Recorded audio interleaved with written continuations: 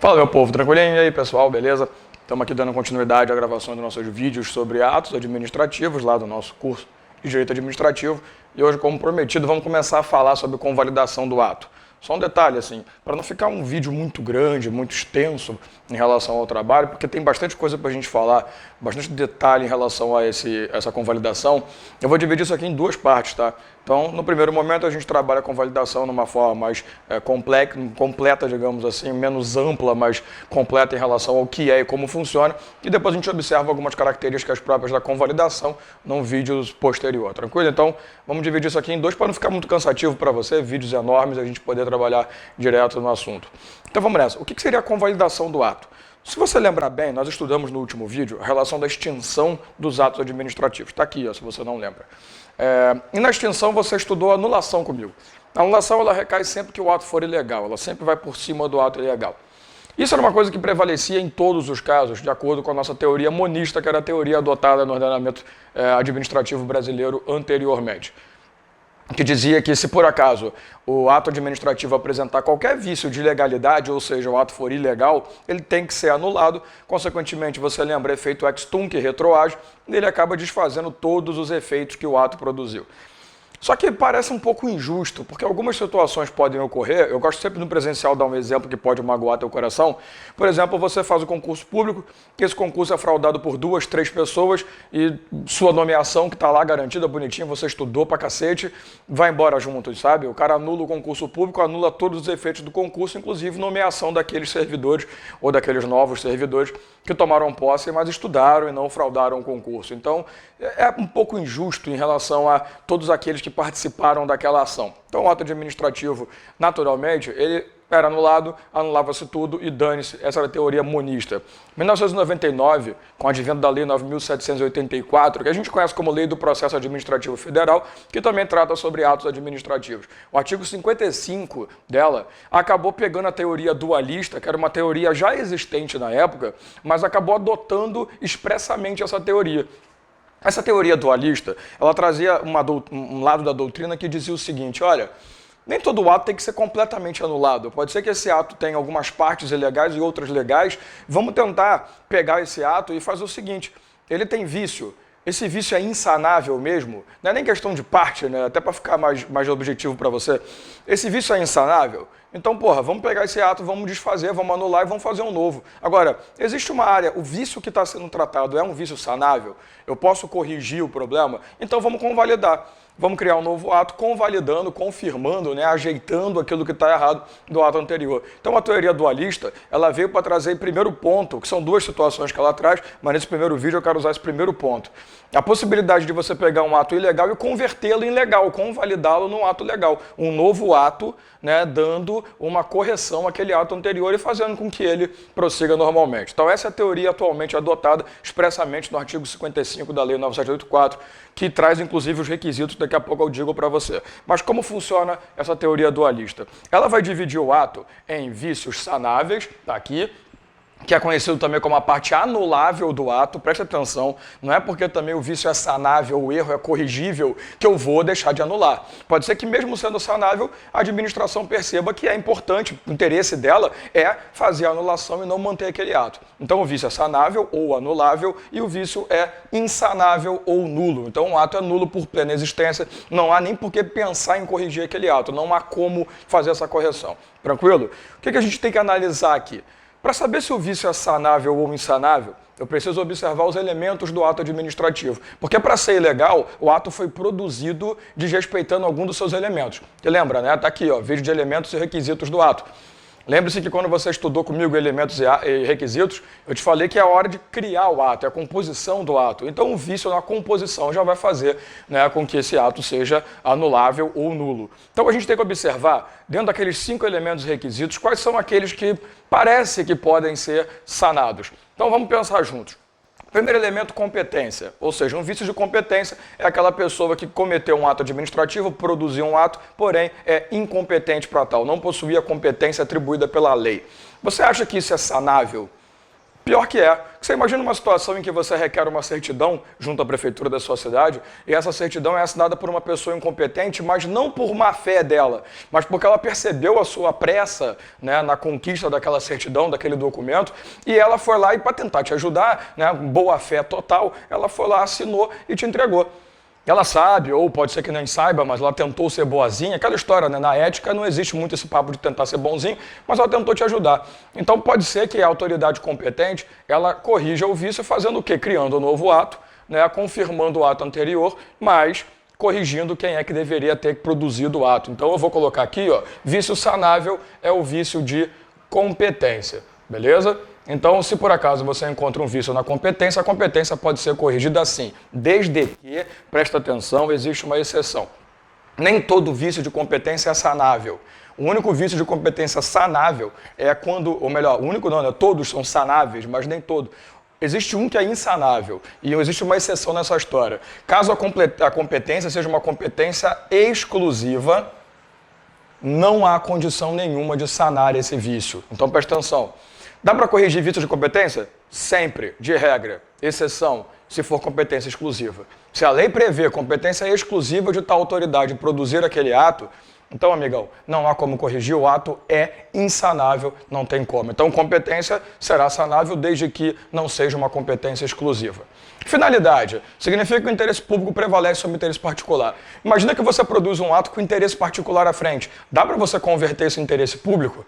Claro que não, né? Até porque se fosse do interesse público, você não teria feito com interesse particular. Consegue entender? Você teria feito isso com interesse público desde o início. Então, errado da sua parte, não tem como corrigir. Então, vou colocar aqui, a finalidade é um vício insanável do nosso trabalho. Tranquilo? Terceiro elemento é o motivo. Lembre-se, o motivo é a explicitação de pressupostos de fato e de direito, como alguns gostam de falar, ou como eu gosto de falar, é a fundamentação legal do seu ato. Bom, aliás, eu pulei a forma, né? Mas tudo bem, vamos no motivo então, não tem problema.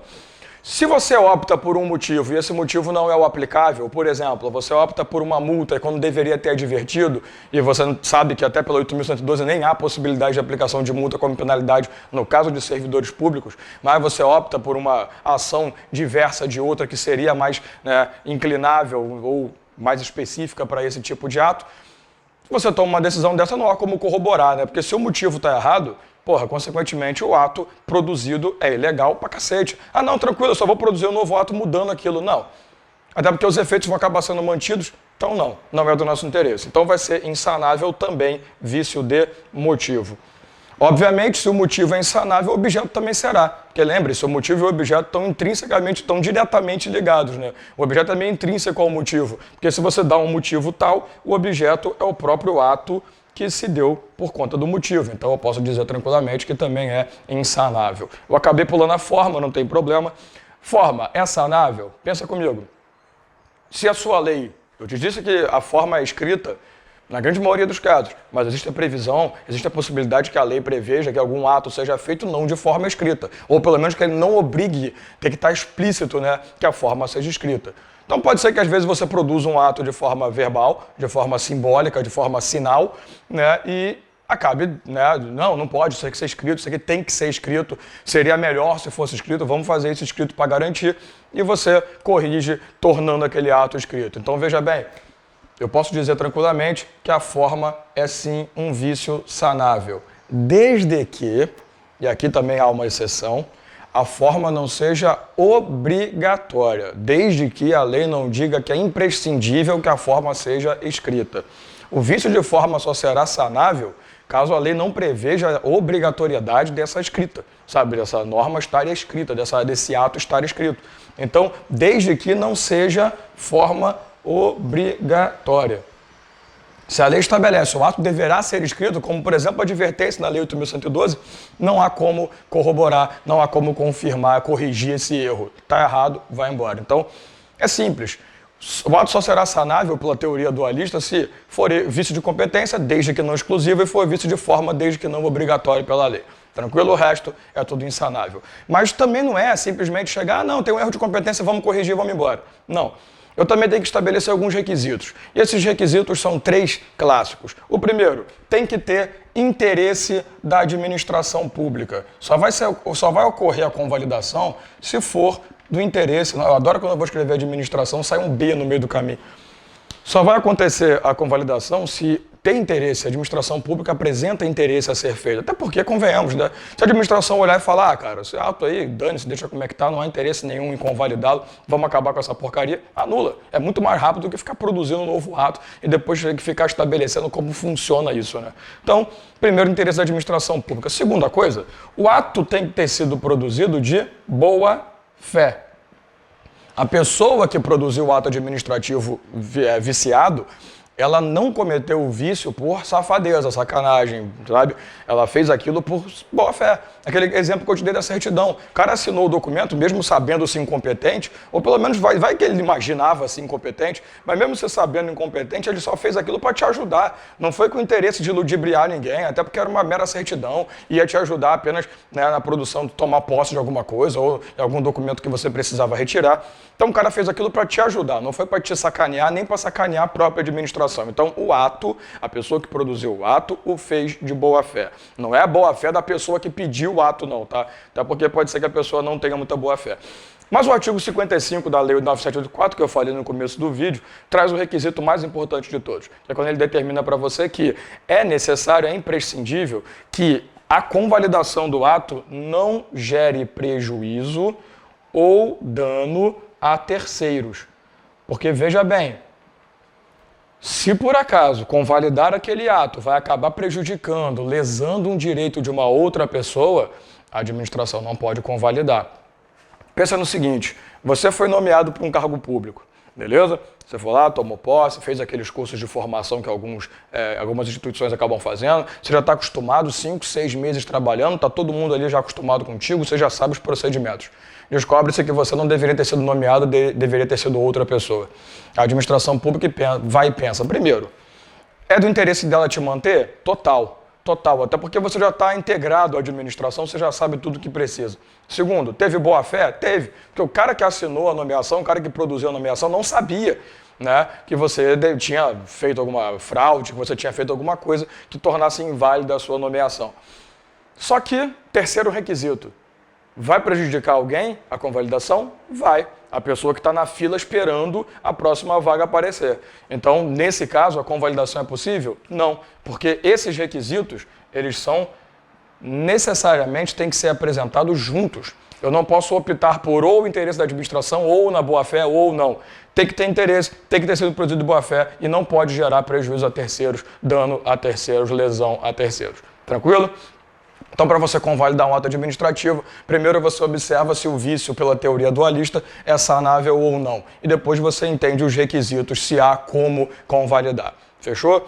Essa convalidação ela pode se dar de forma expressa, que é quando a administração demonstra a vontade, ela produz um novo ato, ela convalida, e pode se dar de forma tácita, que é o tal do silêncio da administração.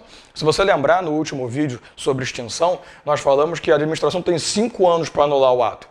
Passados 5 anos do conhecimento da ilegalidade e não anulação do ato, a produção do ato, o que você faz? Ele convalida automaticamente. Ele acaba se convalidando. Então você tem aí uma convalidação tácita pelo silêncio da administração. Fechou? Então no próximo vídeo a gente aproveita e fala sobre as formas de convalidação e um pouquinho sobre algumas teorias que absorvem o nosso trabalho. Tranquilinho? Então, até o próximo.